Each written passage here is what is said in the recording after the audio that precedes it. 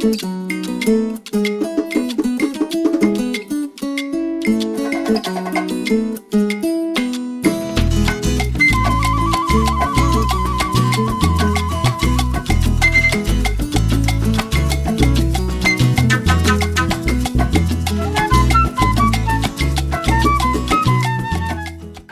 and welcome to the Awakening with Kelvin Phiri Podcast, part of the Bridges to Prosperity series.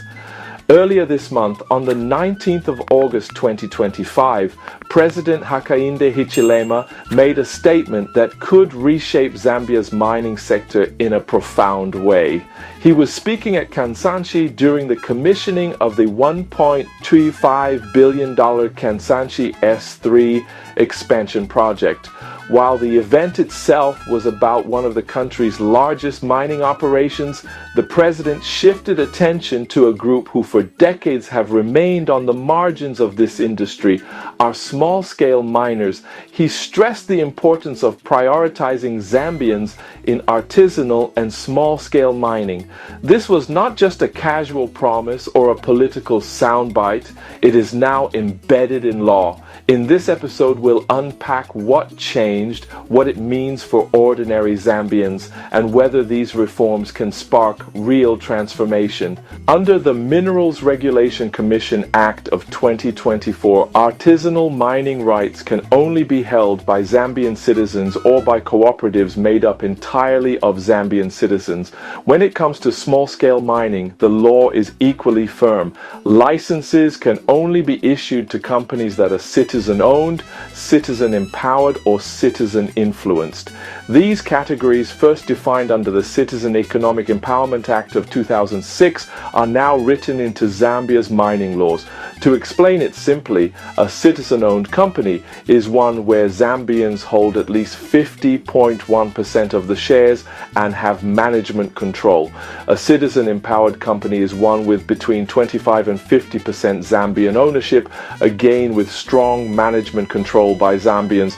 A citizen-influenced company is one where Zambians may hold only 5 to 25% of the shares, but where their role in management and decision-making is significant. The law therefore makes it impossible for small-scale licenses to be held in ways that completely exclude Zambians. Another major change is that small-scale licenses can now cover up to 1,000 hectares. Previously, this was capped at about 400 hectares. To prevent abuse, the law also places a limit of 5 licenses per company. This addresses speculation and license flipping, where rights were obtained for resale rather than mining. For many Zambian cooperatives and companies, the expansion to 1,000 hectares makes operations more commercially viable, while the 5 license cap protects against speculation. The reforms also introduced much-needed support structures. The Geological and Minerals Development Act of 2025 established an artisanal and small-scale mining fund. This fund will provide training, concessional loans, and grants to miners, recognizing that licenses alone are not enough. Many small-scale miners work with rudimentary tools and face unsafe conditions. The fund aims to help them modernize their operations, operate safely, and become financially sustainable. The same act created the Office of the Director of Artisanal and Small-Scale Mining, a dedicated authority to increase citizen participation and promote value addition. Their role includes providing technical support and backing efforts to add value locally.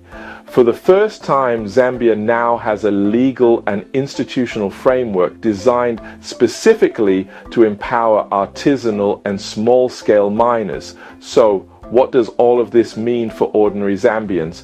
First and foremost, it means jobs. Small-scale mining is labor-intensive. One cooperative can employ dozens directly and support many more through ripple effects: food vendors, transporters, welders, suppliers of tools and equipment. The Kansanshi S3 project secures around 15,000 jobs. Imagine the impact if a fraction of that scale is replicated across small-scale cooperatives. It also means that profits stay closer to home.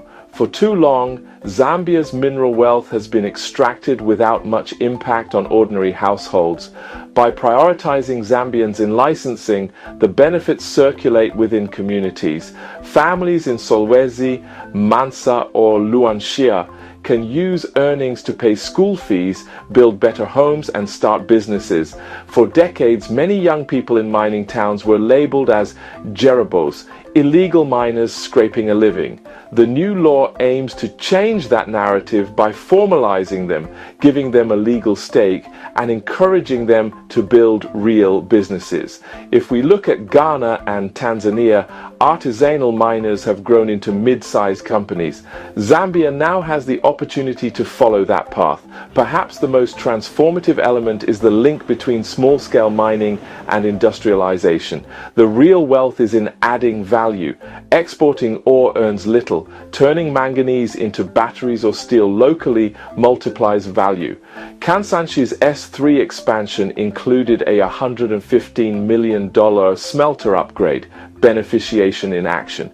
If small-scale miners connect into those value chains, selling to local smelters or investing in small processing, the impact on the economy will be much greater. When Zambians mine, they live where they mine. They have a direct stake in ensuring operations are safe and that profits benefit the community. They are more likely to build schools, clinics, and roads, unlike absentee license holders who take profits out and leave little behind. Of course, challenges remain. Small-scale mining is inherently risky. Without capital, training, and environmental safeguards, it can lead to accidents and damage to ecosystems. This is why the Artisanal and Small-Scale Mining Fund is so important. Empowerment must be more than paper rights. It must come with real support and enforcement of safety standards. The challenge is whether implementation will match the promise. On one side, billion-dollar projects bringing capital and forex. On the other, grassroots empowerment opening doors for Zambians. If both succeed together, Zambia can achieve inclusive prosperity. The President's directive is about more than licenses. It is about dignity, turning the word jerabo from a mark of illegality into a story of entrepreneurship and empowerment. It is about making sure the soil beneath our feet is a shared inheritance for Zambians. And so I leave you with this question. Will Zambia's new mining laws, by prioritizing its own citizens in artisanal and small-scale mining, spark genuine transformation, or will they remain well-meaning policies on paper? Don't forget to like, subscribe, and hit the notification bell here on the Building Dreams in Africa channel so you never miss these important conversations. Disclaimer. The information in this episode is based on public statements by the President, the Minerals Regulation Commission Act of 2024, and the Geological and Minerals Development Act of 2025. It is for educational and discussion purposes only and not financial advice. Thank you for listening to the Awakening with Kelvin Phiri podcast. Stay safe, stay informed, and keep building dreams in Africa.